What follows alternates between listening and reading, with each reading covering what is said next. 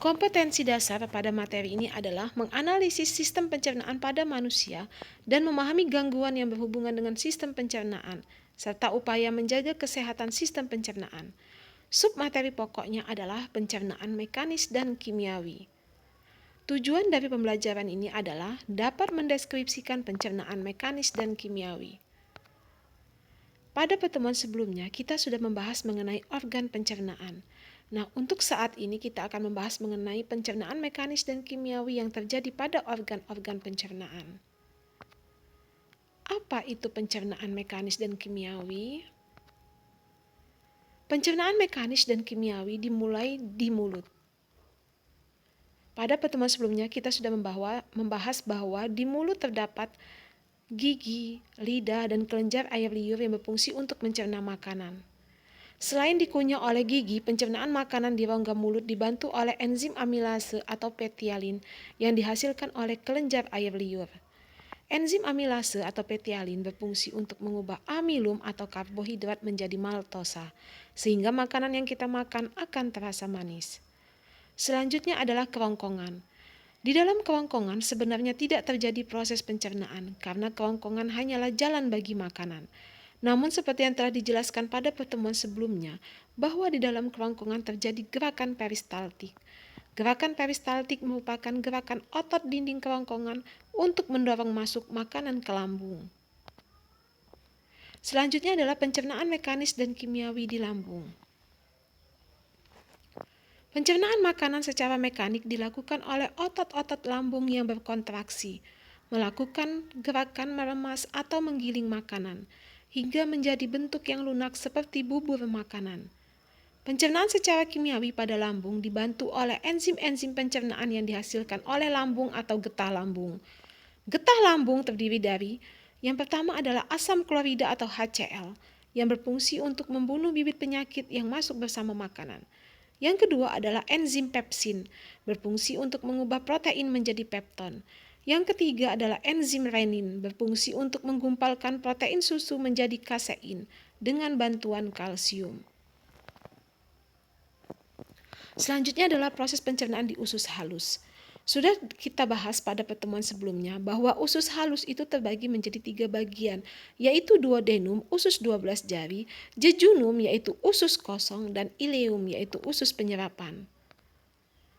Dalam usus halus ini terjadi pencernaan kimiawi yang dibantu oleh getah pencernaan atau enzim pencernaan yang dihasilkan oleh organ hati, kantung empedu, dan pankreas.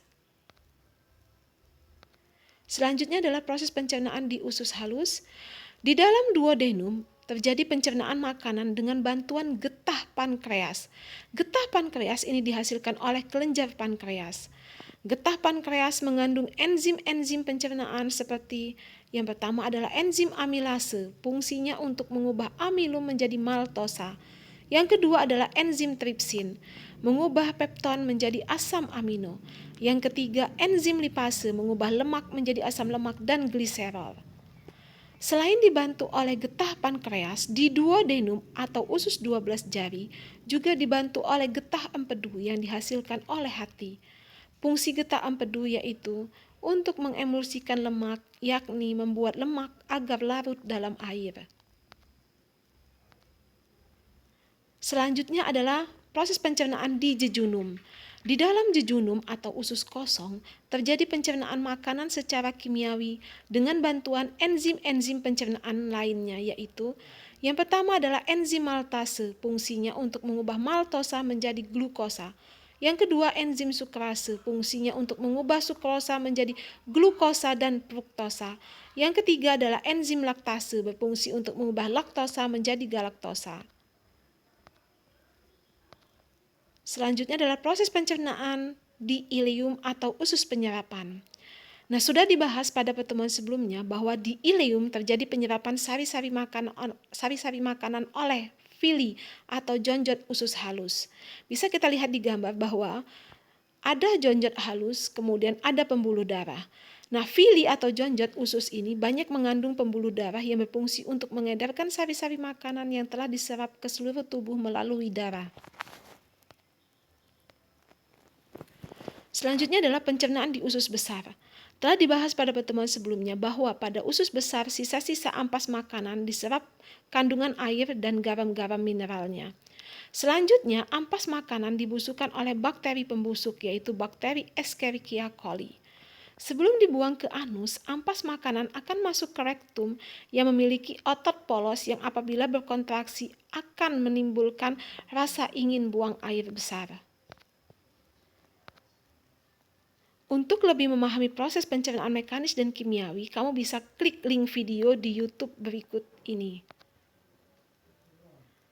Berdasarkan paparan materi tersebut, apakah yang dimaksud dengan pencernaan mekanis?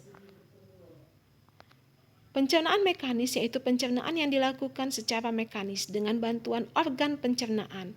Contohnya adalah saat makanan dikunyah di dalam mulut, makanan dicampur di dalam mulut dan di lambung, serta diremas oleh lambung. Berdasarkan paparan materi tersebut, apakah yang dimaksud dengan pencernaan kimiawi? Pencernaan kimiawi yaitu proses pencernaan yang dibantu oleh enzim-enzim pencernaan. Contohnya adalah saat makanan di dalam mulut, makanan akan dicerna oleh enzim amilase atau petialin yang mengubah amilum menjadi maltosa.